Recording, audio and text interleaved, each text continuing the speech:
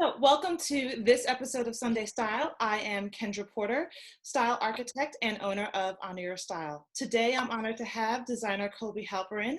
Hi, Kobi. Hello, darling. How are you? I'm good. How are you? As good as possible in these days. So, Kobi and I go back, oh gosh, probably a little bit. And we've worked together, and the last thing we did was actually the fashion show and hosted together, which was a pleasure. And so I wanted to really talk with Kobi today. We used some of his pieces for the photo shoot with Westchester Magazine, but he's got such a great eye.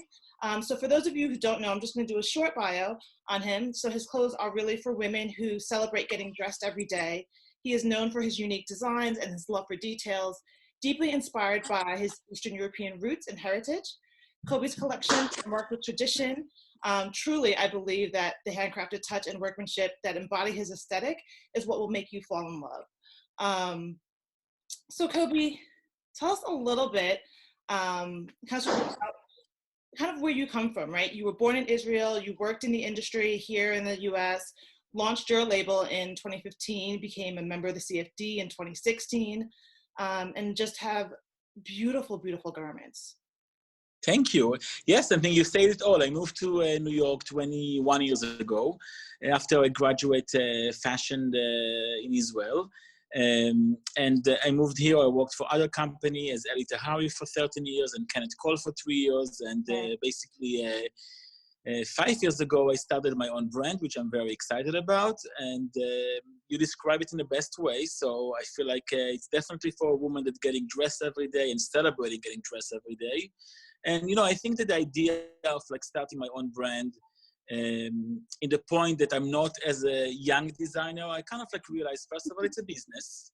And it's really about taking care of the woman that I have in mind, understand her needs and taking care of her. And I think that, you know, beside obviously, it's not so obviously, but beside the passion to the details and the craftsmanship, it is about understanding that there is a real woman there that's waiting for somebody to take care of her. And I think that when the customer have the experience of like wearing my clothes and try them on, she really feel that somebody know her, somebody understand her need, and somebody designing for her. And I think that in many cases in fashion, designers are designing, but they don't necessarily have somebody specific in mind. So if I may say, they care a little bit less about the customers, which for me, that's the most important thing. It is starting with her needs, and I'm there to serve her and to give her the best as I can, giving her the most beautiful value, a great fit, and a beautiful product. Right. Tell me a little bit about, like, how would you describe who that person is? Who is she? I mean, I have my thoughts on who she is, right? You've dressed a number of clients in your pieces, but tell me who you think she is. I think the beauty, and you know me, that I spend so much of my time in the stores with customers, and always what's amazed me and what gets me so excited that it's such a wide variety of women that are really attracted and love the product. I think the one thing's in common, they're all beautiful women that are really strong and opinionated, and they understand what they want in life. They're smart, they're energetic, and as I say, they celebrate getting dressed. I think that, you know, I think that that's kind of like where I feel like they have this like, you know, they know what fashion is all about, right? But they don't necessarily are fashion victim. They know what's good for them. Mm-hmm. And I think that they want to feel feminine, they want to look beautiful. It's very difficult, and I think it's really, in a way, not so relevant anymore to try to put her under a specific age group or any of that, because that's not relevant. In many of the cases, I always like to take care of mothers and daughters. So it's amazing to see that you can appeal to the 25-year-old girl, and you can appeal to 60, 70, 80. God bless them. It's really about like the attitude. And that's where I can see the common thread. That's where I can see that there is women that basically, they have this kind of like nostalgic feeling for what is really considered beautiful. Mm-hmm. The love for the craftsmanship. I think that, you know, let's be honest, everything that we're doing today, it's kind of like better than the past. But when it's coming to clothes, to fashion, we lost something. We lost this kind of like really craftsmanship and what clothes really mean. Maybe there is too much clothes out there. So I think when we're making clothes and we're designing clothes, we need to really give it all this, the love and the passion, and make beautiful clothes that are not necessarily relevant for this year or for this season. With my clothes, I don't think that you ever can consider them as like, oh, this is last year. Who Right. cares? It's not relevant. It's about making beautiful clothes that can be timeless and they can Absolutely. be part of your closet forever. And it's make you feel good about spending the money and buying these clothes. Absolutely. So you said something that kind of sort of always stood out with looking at your brand, and when I can look at it comparatively speaking, right? When I'm dressing women, you really do have this sense of understanding women, understanding their shapes, and being all inclusive. Can you talk a little bit more about really carrying a wide range of sizes, right? Because you do carry double XLs. And Mm-hmm. while a lot of stores may not decide to ship them to every store, you can always find a double XL, right? Which really truly fits up to even up to a 16, up to an 18, depending on which pieces they are. So tell me a little bit more about that, because I think what I find in particular for high-end and luxury brands is that you don't see that, right? You don't always see in store. It may be something that if you work with them independently, that's one thing, but you don't always see it in store. And yours, you do. Listen, I think it's ridiculous. Let's be honest. Nobody asked me to make, I'm calling it blessed sizes. Nobody asked me to do it, and nobody asked me to do Wait, extra, extra large. I love blessed sizes. I like that. Of course, we can use, you can use it, no problem. To me, it's truly ridiculous. You know, honestly, like extra, extra large, it's not a big size. It's normal. We need to stop with this nonsense of like plus and all of this kind of stuff. It's ridiculous. I mean, come on. I want women to feel great about themselves. It doesn't matter what's your size. You should feel great about yourself. And I think fashion is ridiculous when you can actually go to the stores and you can't wear any clothes because the size extra large doesn't fit you. I think it's ridiculous. I have the same issues when I'm going into men's clothes. It's just ridiculous. I think the European fit, it's ridiculous. I think it's about facing reality and love it. And that's what I'm not like embarrassed that I'm doing size extra large. Let me tell you something. I also do like size 18 to 24. I do in some of the cases, I'm doing bigger sizes.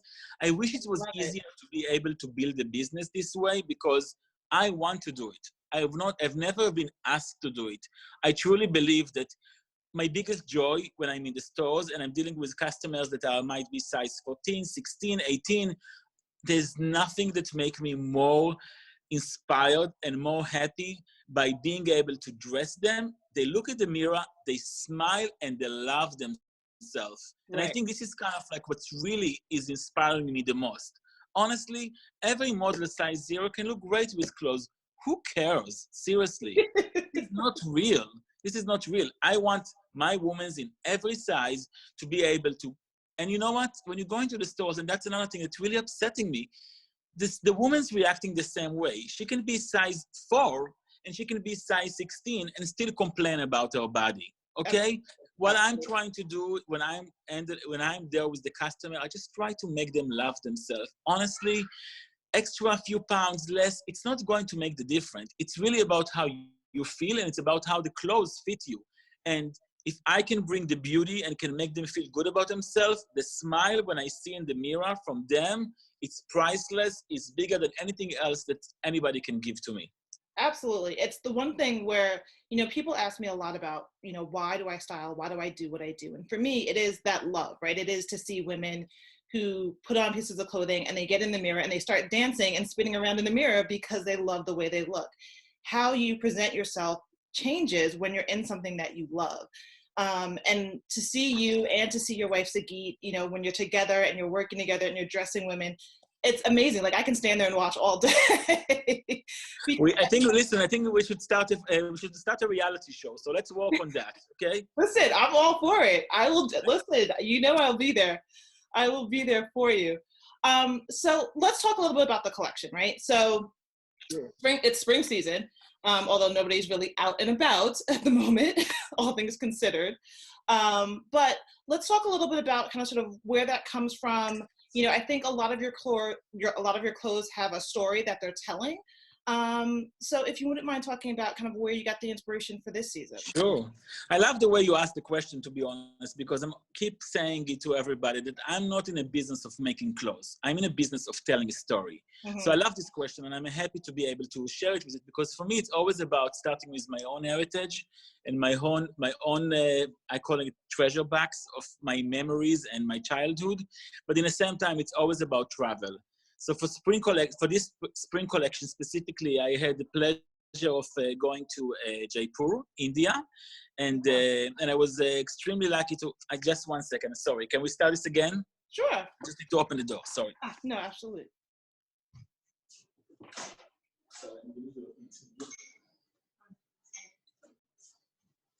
Sorry, darling. It's okay. Okay, so I'm starting again. So, for me, it's always about, basically, it's not just about making clothes, it is about telling a story. And for spring collection, I was happy that I've been able to travel to Jaipur, India. And to be honest, it was probably one of the most fabulous travel that I ever had. I was so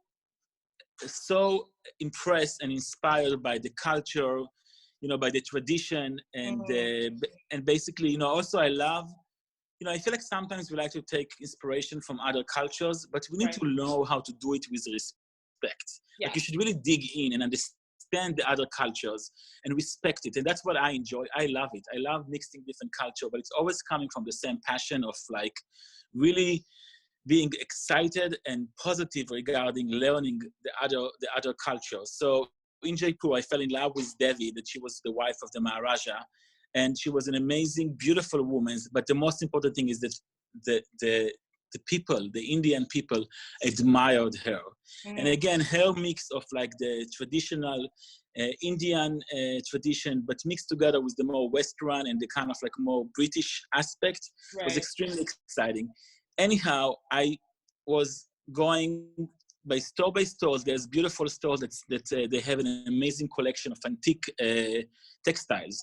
And like a kid in a candy shop, I was collecting all these amazing prints and embroideries. And I brought these pieces of history back to the studio in New York. And basically from there, I start to create and re-bring these pieces to life in a contemporary way. So it was a celebration of colors, celebration of spring. A few weeks ago, there was this amazing Indian holiday called Holi. And this is basically the celebration of spring, celebration of a new beginning, celebration of colors. And that's the way we call the collection. And honestly, I did not imagine that we're going to be in these days right now, which colors can really make us feel better, can make us happy. And all we all need is kind of like to bring colors and celebrate the new beginning. I think that, unfortunately, what we're dealing right now with, it is about a new start. So right now it's very difficult and it's very hard for us, but I do believe that it's basically going to be a new beginning. And this collection cannot be more relevant in a way with the idea of celebration of colors, celebration of spring, and just starting fresh. And, unfortunately, the stores are closed right now, but, we can still shop online. So everybody's like still can sell it. But again, I think it's important to bring some smile to us in these days. And as we spoke about, fashion is not the most important things, but by being dressed and kind of like put something on you that it can bring the best of you. And that's what we need right now. We need people to be a little bit more believe in the future and change to a better variation of themselves. Right. No, absolutely. It's right. And I won't lie. I got dressed, right, because we're doing this interview. That's my biggest mission. Every day I'm doing an interview or I'm doing like a live chat. And my biggest mission is like to force every girl I can to get out of her sweatpants, to put some makeup, to get dressed, and it's making me smile. So thank you for doing it. It was done for me. I really appreciate that. Of course. So, we're talking, this is in the midst of the coronavirus. There are so many things that people are thinking about. And as a fashion designer, what are your thoughts in terms of, what you're seeing, even in pivoting possibly with your business? A lot of people are going online, right? We are creating this content for people because it's everybody's home, right? You have more access to people, to ideas, to thoughts. What are you doing differently or thinking about doing differently for your business? I feel like for us as a new company, it's all about focusing. 1 second, girls. I'm in the middle of something. No, you can't whisper. You cannot whisper, even if it's your birthday. You cannot whisper. Gali, go out. It's in the middle of it. So sorry, guys. Sorry. For me, it's like I think that it's more than ever important to be connected to your customer. 1 second. Sagit?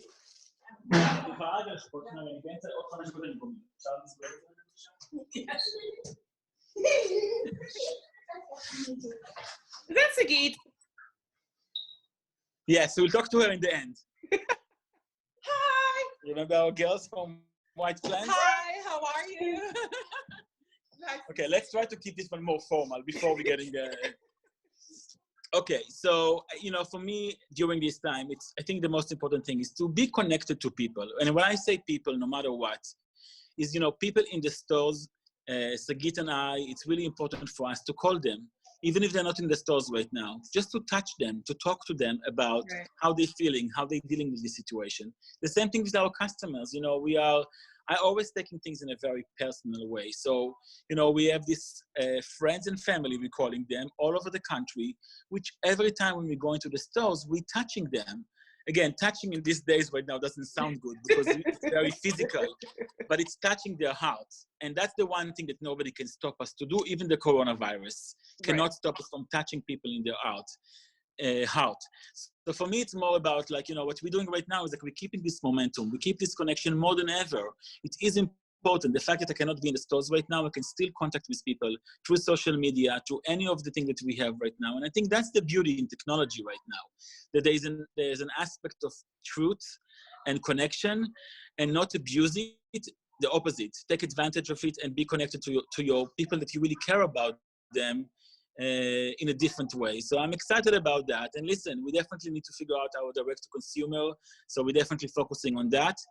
But, I believe it might change a little bit people, the way they shop, but we are human beings. It's bigger than us. We have this desire of be together, being connected with people. So I think that, as soon as things are going to open up and change back, I believe that it's just going to give us a better perspective about everything.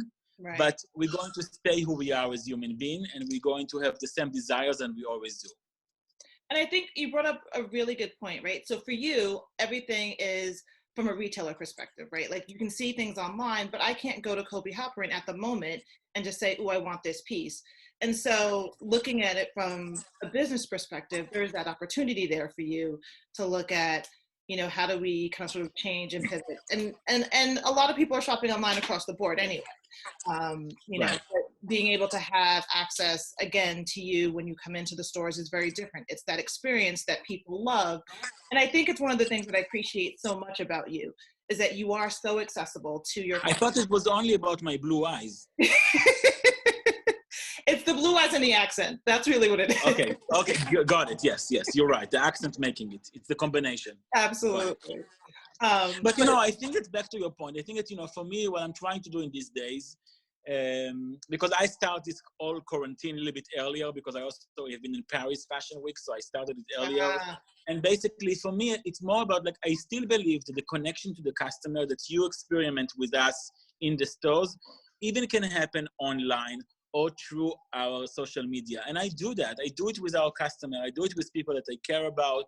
And I'm open to do it with many more women. It's more about of course it's more difficult when you're not in one space, but it is possible to work with customers and to connect with them in a different way. And believe it or not, we're doing it and it's interesting. It's definitely a different way of doing it, but it's a possibility. Yeah, no, for sure. Well, I don't want to take up so much of your time. I so am greatly appreciative that you took the time out to talk. What I want to do is kind of sort of something a little bit fun, right? I call it like the quick speed round, right? Coronavirus edition. So we'll just go through a couple of quick questions. You'll answer based off of top of your head, and you'll have a choice. We'll try. We'll do our best, yes. Okay. Surprise me. All right, so in the age of Corona, texting or talking? Talking. iOS or Android? So Apple or Android? Apple. Can't live without. My phone, of course. And my 2 daughters, just to be polite. Geet, hello? Oops. Of course, yes, my phone. Favorite binge watch? Favorite what? Binge watch. So is there any television show that you're watching and just binging through the entire season while you're home? Not yet. Didn't go there yet. Oh, you're good. Yep. Early bird or night owl? Say it again? Early bird or night Honey, owl? I'm an immigrant. You need to remember it. So some of the questions are very, very American ways. I'm not there yet. I'm working on it. Okay. Keep going. Yes. So, all right. So how do you start your day? As a late night person or a first or early to rise? Early rise, for sure. Always. Oh. I'm ready. I'm ready. 6 o'clock in the morning. I'm ready. Shoot. Yes. What do we need to do? Okay. Yep. Favorite snack? Grapefruits. Healthy. No. Okay. Songs on like a song on repeat. Whatever my daughters are into these days, you know, it's changing. So it's like, you know, it's like built in. You hear them singing and then you're singing the same song. So it's not really my choice. It's their choice. I just like follow. Yeah. See, this is what happens when you're in quarantine. Okay. Yep. First thing you do in the morning? Brushing my teeth, of course, and checking. Do you want the real honesty? Checking the phone. Of course. All right. Last question. First place to visit post-quarantine? My studio. Nah. Okay. Well, yep. Thank you so much, Kobi. It was such a pleasure, and it's always a pleasure to talk with you. You are. Let's remember, it was my first Zoom conversation. Okay, so I'm hearing about it. My girls, everybody. And I was, what about FaceTime? Easy, but let's remember that you and I had my first Zoom conversation. So that's always going to be our memories, and I appreciate the opportunity of like connecting with you, and again, through you, connecting with my customers and with my love, fashion. Oh, absolutely. Well, stay well, be healthy, be blessed. Thank you to everyone for joining today. If you haven't already, make sure that you head over to Facebook and Instagram and check Kobi out at Kobi Halperin, and you can follow me at HonorYourStyle. And remember, always honor your style, honor you. Thank you, dear. Bye-bye. Thank you so much. Have a good one. Thank you. Bye-bye. Bye.